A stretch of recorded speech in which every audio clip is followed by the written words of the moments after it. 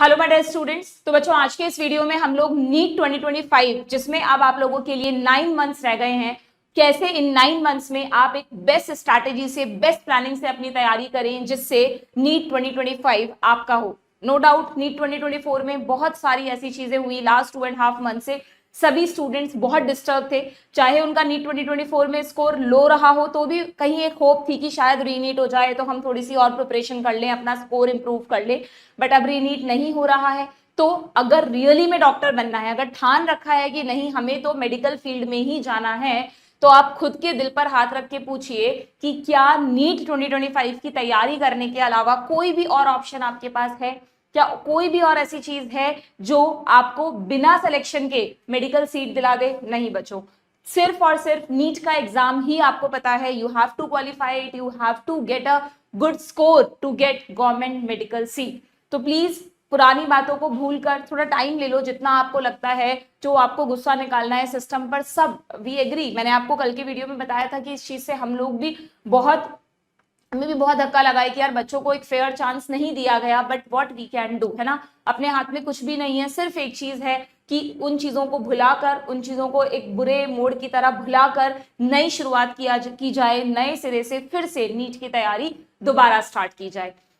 उन बुक्स को उठाना होगा आपको वापस से जो आपने रख दी थी, ये सोच के कि शायद अब इनको हम टच नहीं करेंगे। ठीक है, थोड़ा टाइम भी लगेगा उसमें, बट आप कोशिश करो, हम आपके पूरी तरह से साथ हैं। देखो ये आपकी जो पूरी बॉडी कंट्रोल होती है ना बच्चों, वो यहाँ से होती है, यू नो, आपका माइंड ही आपको कंट्रोल कर रहा है। आपने खुद फील किया होगा, जिस भी दिन आप पॉजिटिव सोचते हैं उस दिन आपको अपने आसपास की पूरी दुनिया अच्छी लगती है, आपको कहीं कोई कमी नजर नहीं आती। और जिस दिन हम नेगेटिव सोचते हैं उस दिन हमें हर चीज में, हर छोटी मोटी चीजों में, अपने आसपास के लोगों में, खुद में, अपने जो भी हम कर रहे हैं उन सारी चीजों में कमियां नजर आने लगती है, क्योंकि everything is control by our mind. तो मैं आपको सजेस्ट करूंगी कि इस टाइम पर ना, अगर आप इस तरह के वीडियोस देखेंगे जिसमें आप जिनको देखकर आप बार बार दुखी हो रहे हैं कि ऐसा हो गया, नीट में ये स्कैम हुआ, वो हुआ, तो आप उस गिल्ट के ट्रैप में इतना फंस जाएंगे कि कुछ नया नहीं सोच पाएंगे। जबकि अगर आप इस तरह की चीजें देखेंगे जिससे आपको मोटिवेशन मिले, ऐसी सक्सेस स्टोरीज सुनेंगे जिसमें पता नहीं लोगों के साथ पास्ट में क्या क्या हुआ है, बट उन सब चीजों से फाइट करके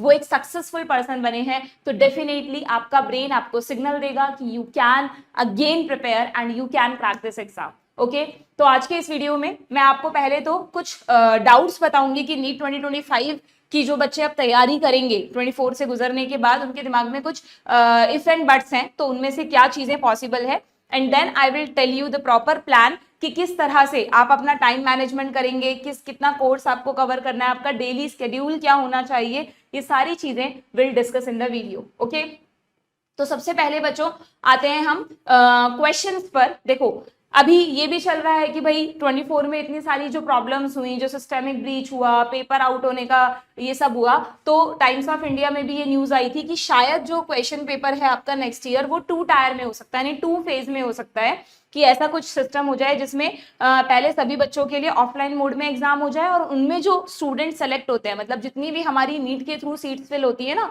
not only MBBS, BDS, BA, MS, जितनी भी सीट्स फिल होती हैं, सपोज वो नंबर 3 लाख है, तो 5 लाख बच्चों को उस एग्जाम से सेलेक्ट कर लिया जाए एक प्री एग्जाम से, और फिर मेंस के लिए वो एलिजिबल हो जाए, और वो जो मेंस का एग्जाम हो वो ऑनलाइन मोड में हो, जिससे वहां पर पेपर लीक का कोई भी डाउट ना हो। तो इस तरह की एक बट ये अभी कहीं पर भी आया नहीं है, कहीं कोई ऑफिशियल न्यूज नहीं है, सिर्फ ऐसा सोचा जा रहा है कि शायद इंप्रूवमेंट करने के लिए इस तरह का कुछ पैटर्न इंट्रोड्यूस किया जाए, बट डोंट वरी, अगर ऐसा कुछ भी होता है तो आपको बहुत टाइमली ये चीजें बताई जाएंगी। अगर नहीं, मतलब जैसे आप मान लीजिए मोस्ट प्रोबेबली अगर ऐसा होता है तो जैसे ही काउंसलिंग ओवर होगी सितंबर तक एटलीस्ट आपके सामने ये चीजें आ जाएंगी, जिससे बच्चों को सफिशिएंट टाइम मिल सके तैयारी करने का। अदरवाइज अगर ये सब चीजें एग्जीक्यूट करने में बहुत डिले हो जाता है तो फिर ये 2026 से अप्लाई होंगी। ठीक है, ऐसा बिल्कुल मत चिंता करना कि एकदम से पेपर का लेवल टफ हो जाएगा, क्या नहीं, एनसीईआरटी बेस्ड पेपर ही रहेगा। कोई भी कॉम्पिटिटिव एग्जाम में कभी भी कोई चेंज होता है तो ऐसा सडनली नहीं होता कि अचानक बच्चों को बोल दिया कि अब आपको ये करना है, सफिशिएंट टाइम दिया जाता है। ठीक है, तो आप ये ना सोचें कि हम प्रिपरेशन करें भी या नहीं करें, क्या पता 24 से बिल्कुल ही पैटर्न चेंज हो जाए, क्या पता क्या पूछ लें जो हमने पढ़ा नहीं हो, ऐसा कुछ भी नहीं होगा। आपका जो सिलेबस है वो सेम रहेगा, ठीक है। जो आपका एनसीईआरटी बेस्ड पेपर बनता है वही बनेगा। आपको पता है अब लेटेस्ट क्वेश्चंस तो वैसे ही आ चुके हैं, असर्शन, रीजन, स्टेटमेंट टाइप सब ऑलरेडी पूछे जाते हैं। अब तो आप लोग काफी तैयार हैं इस तरह के क्वेश्चंस के लिए, तो इनसे ज्यादा टफ नीट के एग्जाम में कुछ भी नहीं होता है। ओके, तो पेपर का लेवल मॉडरेट ही रखेंगे, ऐसा नहीं अचानक से टफनेस लेवल बढ़ा दिया पेपर का। सिलेबस भी आपका जो रिड्यूस हुआ है, अभी अभी एनएमसी ने 24 में अनाउंस किया है कि हम रिड्यूस सिलेबस फॉलो करेंगे, तो ऐसा नहीं होगा कि अचानक वो कह दें कि हम डिलीटेड सिलेबस भी फॉलो करेंगे। सिलेबस आपका सेम रहेगा, आपको उसी को मानते हुए तैयारी करनी है। एंड रही बात एग्जाम कंडक्शन की, तो एग्जाम कंडक्शन के लिए हो सकता है, क्योंकि सब बच्चे पूरा सभी चाहते हैं, सिस्टम टीचर्स भी चाहते हैं कि एनटीए, इतनी सारी गड़बड़ियां एनटीए की वजह से हो रही है, तो प्रोबेबली एनटीए की जगह कोई और एग्जाम कंडक्ट करवाए। जैसे मैंने आपको बताया भी था कि लास्ट ईयर एनएमसी ने एक ड्राफ्ट प्रपोज किया था कि हम एग्जाम को करवाएंगे, कैसे करवाएंगे, हो सकता है एनएमसी करवा ले, जो नीट पीजी का एग्जाम करता है नेशनल बोर्ड ऑफ एग्जामिनेशन वो करवा ले, या हो सकता है प्री और मेंस में हो, तो जो आगे वाली फेज है मेंस वाली वो एम्स के हाथ में दे दी जाए, है ना। मतलब कोई एक रिस्पॉन्सिबल अथॉरिटी इस एग्जाम को करवाए जिससे इस तरह की प्रॉब्लम्स बच्चों को फेस ना करनी पड़े। बट अगेन मैं कहूंगी कोई भी अथॉरिटी कराएगी तो वो एकदम से पैटर्न चेंज नहीं कर देगी, जो अभी 2024 में चल रहा था लगभग उसी तरह के क्वेश्चंस आपसे पूछे जाएंगे। So don't worry about that. अगर इतने सारे कंफ्यूजन्स लेकर आप तैयारी शुरू करोगे तो कुछ भी नहीं होगा बच्चों। you just have to focus on your syllabus, on your concepts, on your question practice, और उसी से आप उसी को फॉलो करेंगे। जब जब कोई भी चेंज आएगा हम अपने चैनल पर आपको इन्फॉर्मेशन देते हैं। अगर आपने नहीं सब्सक्राइब कर रखा है तो please subscribe the channel. Okay, mode के बारे में मैंने आपको बता ही दिया, मोस्ट प्रोबेबली ऑफलाइन ही रहेगा, 2 टायर में हो सकता है एक फेज को ऑनलाइन कर दे, ठीक है। बट अगेन कोई भी चेंज होगा तो आपको काफी टाइमली इस बारे में बताया जाएगा, क्योंकि सब बच्चों को ऑफलाइन ओएमआर शीट्स भरने की प्रैक्टिस होती है। ऐसा नहीं होगा कि अचानक से आपको कह दें कि भाई 2 महीने बाद आपका ऑनलाइन मोड में एग्जाम हो रहा है, it's never be like that, ठीक है। चलिए भाई, तो ये इन सारे क्वेश्चंस अगर तुम्हारे दिमाग में है तो एक डायरी में इन क्वेश्चंस को लिख लो और बिल्कुल ये क्लियरली लिख दो कि भाई इनसे हमें कोई फर्क नहीं पड़ने वाला। अभी फिलहाल हमें हमारी प्रिपरेशन नेक्स्ट 4-5 मंथ्स तक हमें सिर्फ अपना सिलेबस कंप्लीट करने पर ध्यान लगाना है। ओके, अब देखो, क्योंकि बात 9 मंथ्स की है ना, आपको 9 मंथ्स में सब कुछ करना है। वैसे 1 साल होता है, बट 1 साल में से 3 महीने 2.5 महीना तो हमारा यूं ही चला गया। तो you have to plan something smartly, है ना। आपको थोड़ा स्मार्टली वर्क करना होगा। ऐसा नहीं कि कभी कहीं से थोड़ा पढ़ के देख लिया, फिर कहीं से पढ़ के देख लिया, अब यहाँ से समझ नहीं आ रहा तो वहां स्विच कर गए, नहीं। आपको ज्यादा से ज्यादा नेक्स्ट 7 डेज आप ले लो, 1 अगस्त से पहले, ठीक है। जो 1 अगस्त से पहले आपको क्या करना है, आपको कोशिश करनी है कि आप अपना जहां से भी आप प्रिपरेशन करना चाहते हैं आपके मेंटोर्स फिक्स करें बच्चों, क्योंकि इस जर्नी में जब ये एग्जाम इतना कॉम्पिटिटिव हो गया है, वहां पर सिर्फ सेल्फ स्टडी करके तो आपको भी पता है सिलेक्शन पॉसिबल नहीं है। जब तक आपके साथ आपके चाहे वो यूट्यूब के चैनल्स की फॉर्म में हो, किसी भी फॉर्म में हो, अगर आप यूट्यूब चैनल से पढ़ रहे हैं तो वहां पर भी फिक्स करें ना, क्योंकि आजकल इतने अच्छे अच्छे चैनल्स हैं, हर जगह बहुत अच्छा कंटेंट अवेलेबल है। हमने भी इस चैनल पर पूरा नीट का content free of cost available कर रखा है, प्लेलिस्ट अपलोडेड है, बॉटनी, जूलॉजी, फिजिक्स, केमिस्ट्री, जहां से आपको पसंद आया आप पढ़ सकते हैं। बट प्लीज हर सब्जेक्ट के लिए कोई एक ही टीचर चूज करें, क्योंकि अगर आप बार बार चेंज करेंगे, आप किसी भी एक ही टॉपिक को अलग अलग टीचर से देखेंगे तो आपको अच्छा तो लगेगा कि वाह यार इसमें ये समझ में आया, इसमें ये समझ में आया, बट इतना टाइम कहाँ है। अगर एक चैप्टर को आप 3 टीचर से पढ़ेंगे तो बच्चों आपके कुछ ही चैप्टर्स हो पाएंगे और उससे नीट में सिलेक्शन नहीं होने वाला। ओके, तो अपने तीनों सब्जेक्ट फिजिक्स, केमिस्ट्री, बायोलॉजी के लिए कोई एक मेंटर आप चूज करें। अगर आप कोई कोचिंग ज्वाइन कर रहे हैं वेदर ऑनलाइन और ऑफलाइन, तो वहां पर जो टीचर्स हैं उनसे आप पढ़ेंगे ही पूरे साल। अदरवाइज अगर आप यूट्यूब से पढ़ रहे हैं तो प्लीज फिक्स कि भाई आपको कहां से किस चैनल से पढ़ना है, जिनसे भी आपकी फ्रीक्वेंसी सेट होती है वहां से पढ़े। बाकी मैं सजेस्ट यही करूंगी कि सेल्फ स्टडी से ज्यादा अच्छा होता है हमेशा एक प्लान्ड बैच लेना, जिसमें कि आपको टाइमली पता होता है कि आज क्या पढ़ना है, टीचर आज क्या पढ़ाने वाले हैं, कब टेस्ट देना है, कैसे रिवीजन करना है, आप उनके टच में भी रहते हैं, डाउट्स भी पूछ सकते हैं। तो ये सारे बेनिफिट्स प्लान्ड बैच में होते हैं, इसलिए प्लान्ड जो बैचेस होते हैं उनमें एडमिशन लेना इज मोर मतलब इज बेटर, ठीक है। चाहे वो ऑनलाइन पढ़े आप, चाहे वो ऑफलाइन पढ़े। ओके, देन अब आता है नेक्स्ट सबसे इंपॉर्टेंट। जब आप चूज कर लेंगे कि भाई हमें कहाँ से पढ़ना है, तो टीचर्स तो अपना पढ़ाएंगे, पर आप बाकी का जो आपका टाइम है घर पे उसको किस तरह से मैनेज कर रहे हैं, ये सबसे इंपॉर्टेंट मुद्दा है, ठीक है। तो इस पर मैं अभी डिटेल में आगे बात करूंगी कि टाइम मैनेजमेंट के लिए आपको क्या क्या चीजें फॉलो करनी है एंड थर्ड इंपॉर्टेंट चीज जो मुझे लगती है आपकी इस प्रिपरेशन का पार्ट है वो है कंसिस्टेंसी। हो सकता है आज आप जोश में स्टार्ट कर दें, 1 महीना फॉलो करें, उसके बाद फिर डाउन हो जाए, तो ऐसे सिलेक्शन नहीं होगा बच्चों। You have to write on your wall, बड़ा बड़ा लिख लो कि भाई नेक्स्ट 9 मंथ्स तक मुझे सिर्फ और सिर्फ पढ़ाई करनी है, तपस्या करनी है, तब जाके नीट में सिलेक्शन होगा, तब जाके वो जो आप लोग रील्स देखते हैं इंस्टा पे कि मेडिकल कॉलेज में पहुंच गए हमारे जो सीनियर्स थे, है ना, और स्टेथोस्कोप लगा रहे हैं, व्हाइट कोट पहन रहे हैं, तो वो सब यूं ही नहीं मिल जाता है ना, उस सब के लिए बहुत मेहनत की है बच्चों उन लोगों ने, तब जाके दे आर हैविंग दिस। ठीक है, सो consistency is the important part of this preparation. Clear? तो आते हैं हम, अब ये दोनों चीजें तो आपके ऊपर है, मैं तो सिर्फ आपको समझा सकती हूँ। यहां पर एक प्रॉपर गाइडेंस बहुत जरूरी है कि टाइम को किस तरह मैनेज करना है। अब तुम समझो कि 9 मंथ्स का जो टाइम है तुम्हारा, उसको हम 2 पार्ट्स में स्प्लिट कर लेते हैं। फर्स्ट 7 मंथ्स में आप रखेंगे कोर्स कंप्लीशन के लिए, लास्ट के 2 months you have to revise all the things. Yes, ऐसा नहीं कि नेक्स्ट 9 मंथ्स आप पढ़ते ही रहे और लास्ट में कहते मैम 30 अप्रैल आ गया, अब रिवीजन कब करें। नहीं, you have to complete your course within 7 months. Last के 2 मंथ्स आपको रिवाइज करने के लिए देने ही देने पड़ेंगे।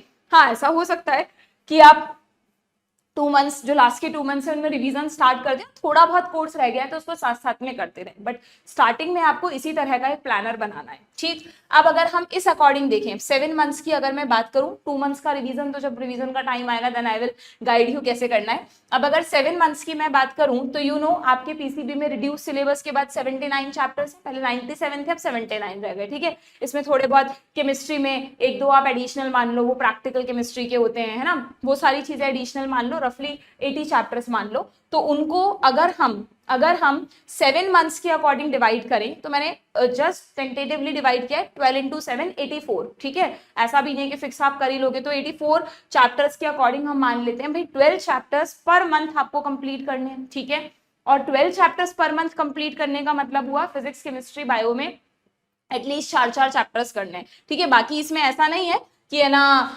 आपको जरूरी आप इसी तरह से डिस्ट्रीब्यूशन करके चलें, आप इसको अपने अकॉर्डिंग चेंज भी कर सकते हैं, बट आप ये ध्यान रखें कि आपको 12 चैप्टर्स पर मंथ तो करने ही करने, है ना, क्योंकि ऐसा तो नहीं है कि तीनों सब्जेक्ट्स में इक्वल नंबर ऑफ चैप्टर्स हैं, सब में अलग अलग है। सबसे ज्यादा चैप्टर्स आपको पता है बायो में टोटल 32 चैप्टर्स हैं। ठीक है, तो आप इसको उस अकॉर्डिंग मैनिपुलेट भी कर सकते हैं। फिजिक्स का कोई चैप्टर बहुत लेंथी है तो टाइम ले लेगा, बायो का छोटा है तो जल्दी हो जाएगा। तो आप इस चीज को ध्यान रखें कि जहां से भी आप प्रिपरेशन कर रहे हैं, जो भी आप पढ़ रहे हैं, ऑन एन एवरेज 10 से 12 चैप्टर आपके हर मंथ कंप्लीट होने चाहिए। ठीक है, चलिए अब हम बात करते हैं कि आपको क्या क्या चीजें आपके पास होनी चाहिए। अभी मैं इसके बाद आपको बताऊंगी कि आपको कैसे पढ़ना है, बट पहले कौन कौन से रिसोर्सेज आपके पास होने चाहिए। तो अगर हम रिसोर्सेज की बात करें ना बच्चों, तो अगर आप कोई कोचिंग ज्वाइन कर रहे हैं तो वहां के मॉड्यूल्स आपके लिए बेस्ट हैं। मैं कई बार अपने वीडियोस में बता चुकी हूँ कि आप कोई भी स्टैंडर्ड कोचिंग ज्वाइन करेंगे तो वहां पर जो मॉड्यूल्स होते हैं वो बहुत ही ग्रेडेड मैनर में बनाए जाते हैं। हम लोग भी हमारे मॉड्यूल्स में एक्सरसाइज 1 में इजी क्वेश्चन, 2 में मॉडरेट क्वेश्चन, 3 में PYQs,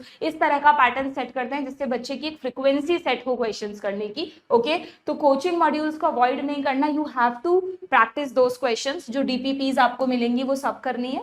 अगर आप YouTube से पढ़ रहे हैं, आपको लगता है कि मैम हम सेल्फ सफिशिएंट है, हम 1-2 साल ऑलरेडी कोचिंग ले चुके हैं, अब हमें सिर्फ क्वेश्चन प्रैक्टिस पे ज्यादा फोकस करना है, तो फिर आप या तो कोई भी DLP बाय कर सकते हैं, या फिर आप जो लेटेस्ट पैटर्न की MCQ बुक्स हैं, कई अच्छे पब्लिकेशंस की, ठीक है, जो कि NCERT बेस्ड हो, जिनमें assertion, reason, statement type, match the following, इस सब तरह के क्वेश्चंस हो, वही बुक्स आप यूज करेंगे। और ऐसा नहीं कि बुक्स का भंडार खरीद लें, तीनों सब्जेक्ट्स की एक book is more than enough, एक फिजिक्स की, केमिस्ट्री की, एक बायो की, और इसकी भी जरूरत सिर्फ तब पड़ेगी जब आपके पास ये नहीं है। अगर ये है तो this is more than enough. एक अच्छे कोचिंग के मटेरियल में हर वो चीज होती है जो आपको प्रैक्टिस के लिए चाहिए। ठीक है, ओके, तो आपको क्वेश्चंस के लिए कुछ इकट्ठा करके नहीं बैठना है, लिमिटेड चीजें अपने पास रखनी है, रिपीटेडली क्वेश्चंस करोगे तो नीट क्रैक कर पाओगे। ठीक, ये तो भाई आपकी भगवान है जो आपका सिलेक्शन करवाएगी। NCERT को कभी भूलना नहीं कि लास्ट में पढ़ लेंगे, 1 महीने में, 2 महीने में।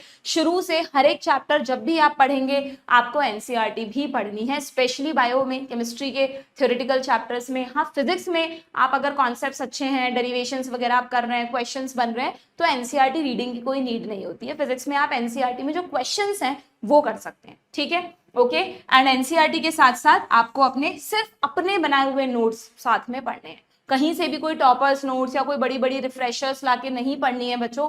इनमें से कुछ नीट में नहीं पूछा जाता, ये सिर्फ आपका टाइम वेस्ट करेंगी। आप जब हमें ज्वाइन करेंगे, हम आपको पढ़ाएंगे, तो हम ऑलरेडी उन सारी बुक्स में से आपके लिए निचोड़ निकाल के लाए हैं कि आपको क्या पढ़ाना है, कितना आपको डिलीवर करना है। बट इसीलिए आपको सिर्फ आपको जो क्लास नोट्स मिलते हैं या आप खुद जो बना रहे हैं सेल्फ नोट्स एंड एनसीईआरटी के अलावा कुछ भी और कहीं से थ्योरी नहीं पढ़नी है। क्वेश्चन प्रैक्टिस के लिए भी मैंने आपको बता दिया है how you have to do it, ठीक है।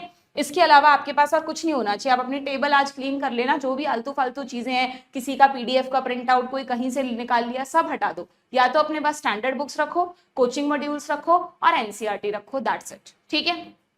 चलिए अब आते हैं पैटर्न ऑफ स्टडी क्या रहना चाहिए, ठीक है। अब इसमें क्या होता है ना, देखो most of the students first step तो फॉलो कर लेते हैं, फर्स्ट स्टेप में भी ये दो चीजें कर लेते हैं, तीसरी बहुत बार मिसिंग हो जाती है जो कि नहीं होनी चाहिए। आपने लेक्चर देखा, बहुत जरूरी है, मत सोचना कि बिना लेक्चर देखे हमारा काम हो जाएगा। जब तक आप चीज को समझेंगे नहीं, उसकी डेप्थ में नहीं जाएंगे, आप क्वेश्चंस नहीं कर पाएंगे बच्चों। तो आपको लेक्चर देखना है, लेक्चर देखने के साथ साथ में कोई बहुत सजा सजा के बहुत टाइम देकर नोट्स नहीं बनाना है, बस इतना नोट्स बनाना है कि आपके हाथ के नीचे से वो चीज निकल जाए और आपके ब्रेन को समझ में आ जाए कि क्या लिखा है, ठीक है। आपने नोट्स बनाया और जब आप उस लेक्चर को देख रहे हैं, नोट्स बना रहे हैं, उसी दिन चाहे से आप शाम को कर लो, अगले दिन सुबह कर लो, you have to do the MCQ practice. Generally ये वाला पार्ट मिसिंग रहता है बच्चों की प्रिपरेशन में, उनका पूरा टाइम डेली लेक्चर देखकर नोट्स बनाने में चला जाता है। I don't know why. अगर आप नीट जैसे एग्जाम की तैयारी कर रहे हैं तो बच्चों how can you avoid this part. MCQ practice is essential, बिना इसके आपका सिलेक्शन हो ही नहीं सकता। आप कितनी भी थ्योरी स्ट्रॉन्ग कर लो अपनी, you have to do the question practice, ठीक है। और वो भी जिस दिन पढ़ रहे हो उसी दिन होनी चाहिए, ठीक है। जब पढ़ रहे हो उसी के 24 घंटे के अंदर अंदर आपके ब्रेन में एक्सरसाइज होनी चाहिए क्वेश्चंस की, तब वो कॉन्सेप्ट आपके दिमाग में अच्छे से बैठेगा, ठीक है। दूसरा जो है पार्ट दैट इज रिवीजन, जो most of the students lacking. क्यों? क्योंकि टाइम मैनेजमेंट नहीं कर पाते कि रिवीजन कब करें, पूरा टाइम या तो इन दोनों में या इन तीनों स्टेप्स में ही चला जाता है। But you have to do it. आपको शुरू से अपनी हैबिट बनानी होगी, हर नए दिन पुराना पढ़ाया हुआ रिवाइज करो, फिर धीरे धीरे जब 2 महीने हो जाए तो कोई पुराना टॉपिक उठा के रिवाइज करो। इसका बेस्ट मेथड होता है जो आप टेस्ट सीरीज ज्वाइन करते हो, जो भी कोचिंग ज्वाइन करते हो, वहां पे एवरी 15 डेज में टेस्ट होता है, ठीक है। मॉक टेस्ट देना ही देना है आपको। तो उस 15 डेज में जो टेस्ट में जो पूछा जा रहा है ना, वो आप 15 दिन तैयार करो। जो चल रहा है वो तो आप पढ़ोगे, और जो पुराना होता जा रहा है मंडे ट्यूसडे वेडनेसडे का, वो भी आप रिवाइज करते जाओ। तो बस आपको दिमाग में नहीं रहेगा कि हमें क्या रिवाइज करना है। You just have to cover your syllabus, जो कि आपसे हर 15 दिन में मॉक टेस्ट में पूछा जा रहा है। अब टाइम कहाँ से निकालेंगे इसके लिए, तो देखो how you have to divide your time. भाई दिन में जो 24 घंटे हैं उसको बढ़ा तो सकते नहीं है, उन 24 घंटे में ये वाला पार्ट मिस मत करना। 7 से 8 घंटे की नींद एक हेल्दी माइंड को चाहिए। जब तक आपका माइंड स्ट्रांग नहीं होगा तब तक आपका पढ़ने में मन ही नहीं लगेगा। 5-6 घंटे सोकर देख लो, थोड़े दिन अच्छा लगेगा, उसके बाद आप इतना सैचुरेटेड फील करोगे। जो अगर आपको लगता है कि 5 घंटे सो के और 16 घंटे पढ़ के सिलेक्शन हो जाएगा, तो 16 घंटे जो आप पढ़ रहे हो ना बच्चों, वो आपको याद ही नहीं रहेगा। आप हेडेक रहने लगेगा, तरह तरह की बीमारियां आपको घेर लेंगी एंड आपको आपकी प्रिपरेशन डीरेल हो जाएगी। तो बिल्कुल ये स्ट्रिक्टली नियम बनाओ कि हमें 7 से 8 घंटे सोना ही सोना है, ठीक है। 4 घंटे अपनी डेली एक्टिविटीज के लिए भी रखो आप आराम से, मतलब 24 घंटे में 12 घंटे का टाइम आप आराम से स्प्लिट कर सकते हो सोने और अपनी डेली एक्टिविटीज में, जो भी आपका खाना खाना नहाना धोना है। प्लस इसमें आधा घंटा जरूर बच्चों किसी ना किसी फिजिकल एक्टिविटी के लिए निकालो। चाहे आपको पसंद है तो तेज आवाज में म्यूजिक चला के डांस कर लो, उस पर एक्सरसाइज कर लो, है ना, योगा कर लो, वॉक कर आओ गार्डन में जाकर। बट जब तक आप अपने डेली स्केड्यूल में इसको फॉलो नहीं करेंगे तब तक आप फिट नहीं रह पाएंगे। नींद, प्रॉपर नींद लेना और थोड़ा सा फिजिकल एक्टिविटीज बहुत जरूरी है to be a physically fit person, क्योंकि जब तक आप फिजिकली फिट नहीं होंगे तब तक अगेन आपकी प्रिपरेशन डीरेल हो जाएगी, ठीक है। तो पहला इंपॉर्टेंट पार्ट ये है, फिर ये आता है। जनरली बच्चे इसको इतना प्रायोरिटी दे देते हैं कि इन दोनों को भूल जाते हैं, ये नहीं करना है, ठीक है। अब इस पार्ट में जो 12 घंटे आपके पास पढ़ने के लिए बचे हैं, उन 12 घंटे में 6 घंटे तो आपके लेक्चर्स देखकर नोट्स बनाने में निकल जाएंगे, ठीक है। 4 घंटे आप, बाकी के जो बचे 6 घंटे उसको आप अपने अकॉर्डिंग मैनेज कर सकते हैं। अकॉर्डिंग टू मी आप 4 घंटे एमसीक्यू प्रैक्टिस के लिए निकालें। जो भी तीनों टॉपिक्स, इसमें जनरली आप तीनों टॉपिक्स पढ़ते हैं, ड्रॉपर स्टूडेंट्स तो तीनों ही सब्जेक्ट के लेक्चर्स अटेंड करते हैं, ठीक है। हो सकता है कहीं पर 2-2 सब्जेक्ट वाला हो तो आप 2 वाला फॉलो कर सकते हैं। तो आपको क्वेश्चन प्रैक्टिस को देना है, देना ही देना है। ये नहीं कि ये 4 घंटे नोट्स बनाने में लगा दो, नोट्स यहीं बन जाने चाहिए लेक्चर देखने के साथ। और 2 घंटे चाहे आप उसको आधा आधा घंटे के ब्रेक में निकालें या रात को निकालें या सुबह अर्ली मॉर्निंग निकालें, 2 नहीं तो एटलीस्ट शुरू करो 1 घंटे से रिवीजन करना स्टार्ट करो। जो 15 दिन बाद टेस्ट में आ रहा है उसको डेली डेली पढ़ो, तो तुम देखना तुम्हारे टेस्ट में भी अच्छे मार्क्स आएंगे, तुम्हें मोटिवेशन मिलेगा, तुम्हें एक अच्छा पॉजिटिव फील मिलेगा आगे बढ़ने के लिए। वरना क्या होता है, आप रिवीजन करते नहीं है, एमसीक्यू प्रैक्टिस करते नहीं है, लेक्चर और नोट्स बनाते रहते हैं, 15 दिन बाद टेस्ट आ जाता है, या तो उस टेस्ट को अवॉइड ही कर देते हैं, देते ही नहीं है, और अगर देते हैं तो मार्क्स कम आते हैं, और जब मार्क्स कम आते हैं तो इतना डिमोटिवेट हो जाते हैं कि नेक्स्ट साइकिल में पढ़ने में मन नहीं लगता। इसलिए ये बहुत जरूरी है कि जो भी आप पढ़ रहे हैं साथ में उसकी क्वेश्चन प्रैक्टिस करें, साथ में रिवीजन करें। आप मत जाओ ना डिटेल में, जितना टीचर ने पढ़ाया पढ़ लिया, नोट्स बना लिया, कोई डिटेल में जाने की जरूरत नहीं है। जो क्वेश्चंस आपको दिए गए हैं डीपीपीज में, मॉड्यूल्स में, उनको कर लो और उसी को रिवाइज कर लो दोबारा, बस। आप देखना आपके मॉक टेस्ट में स्टार्टिंग से अच्छे मार्क्स आने स्टार्ट हो जाएंगे, ठीक है। तो ये जो मैंने पूरा आपको 2025 के लिए बताया है कि 9 मंथ्स आपको क्या करना है, if you want you can take the photographs, and इसकी भी मैं कहूंगी आप नोट्स बना लें बच्चों, क्योंकि आप इतने स्ट्रैटेजी वीडियोस देखेंगे ना, अभी मुझे पता है आप ये भूल जाएंगे कि हमें क्या फॉलो करना है और क्या नहीं, ठीक है। तो अगर आप इन तीनों स्टेप्स को ध्यान में रखते हुए 9 मंथ्स तक फॉलो करते हैं, जो आपने मेंटोर्स चुने हैं उन्हीं को फॉलो करना है, जो टाइम मैनेजमेंट आपने सेट कर लिया अपना डेली का उसी को फॉलो करना है विद कंसिस्टेंसी, तो yes, NEET 2025 will be your. और अगर आप इस जर्नी में हमें यानी टीम कंपटीशन को अपना पार्ट बनाना चाहते हैं, तो हमारा न्यू बैच स्टार्ट हो रहा है बच्चों, आप लोगों के लिए 9 मंथ्स बैच हम लोग स्टार्ट कर रहे हैं, दैट इज अविरल 3, जो कि 1 अगस्त से स्टार्ट हो रहा है। इस बैच की कंप्लीट डिटेल्स के लिए मैं एक सेपरेट वीडियो अपलोड करूंगी, बट यस, इस बैच में हर वो चीज अवेलेबल है जो अभी मैंने इस वीडियो में आपसे बात की। आपको एक प्रॉपर ग्रेडेड, हमारी एक्सपर्ट टीम हम सब ने मिलकर जो तैयार किया है वो स्टडी मटेरियल यहाँ पर आपको मिलेगा, प्रॉपर आपको रिकॉर्डेड फॉर्म में शेड्यूल्ड लेक्चर्स मिलेंगे, डेली आपकी लाइव डाउट क्लासेस होंगी जो कि हम जूम ऐप पे लेते हैं, टेलीग्राम डाउट सपोर्ट होगा, रेगुलर मॉक टेस्ट होंगे, डीपीपीज आपको दी जाएंगी, प्लस टीचर्स का पर्सनल गाइडेंस भी आपको मिलेगा। बायोलॉजी में मैं खुद, फिजिक्स एंड केमिस्ट्री के हमारे जो टीचर्स हैं वो सब जूम सेशंस के थ्रू, टेलीग्राम के थ्रू, व्हाट्सएप के थ्रू अपने बच्चों से लगातार कांटेक्ट में रहते हैं, जिससे चाहे आप किसी भी जगह से तैयारी कर रहे हैं, आपको ऑफलाइन फील की कमी ना हो, आप अपने टीचर्स से, अपने मेंटोर से पर्सनली कनेक्टेड रहें। कहीं भी किसी भी तरह की कोई प्रॉब्लम आती है, ना सिर्फ अकेडमिक बल्कि नॉन अकेडमिक प्रॉब्लम्स भी अगर आपको आती हैं, तो आप हमसे डायरेक्टली पूछ सकते हैं। अगर आप हमारा ये बैच ज्वाइन करना चाहते हैं तो हमारे इन नंबर्स पे कॉल कर सकते हैं, एंड नेक्स्ट वीडियो में मैं आपको इस बैच की सभी डिटेल्स अवेलेबल कराऊंगी। Thank you.